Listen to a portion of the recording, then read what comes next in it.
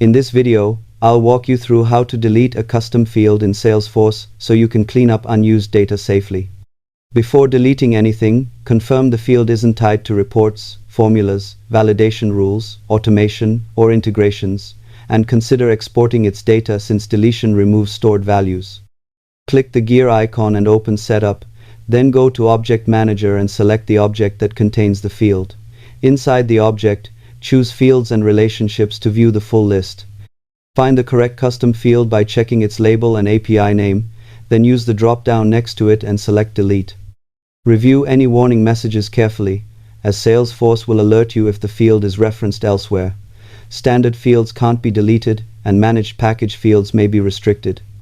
After deletion, test related layouts and processes to ensure everything still works as expected. Subscribe for more practical Salesforce admin tutorials.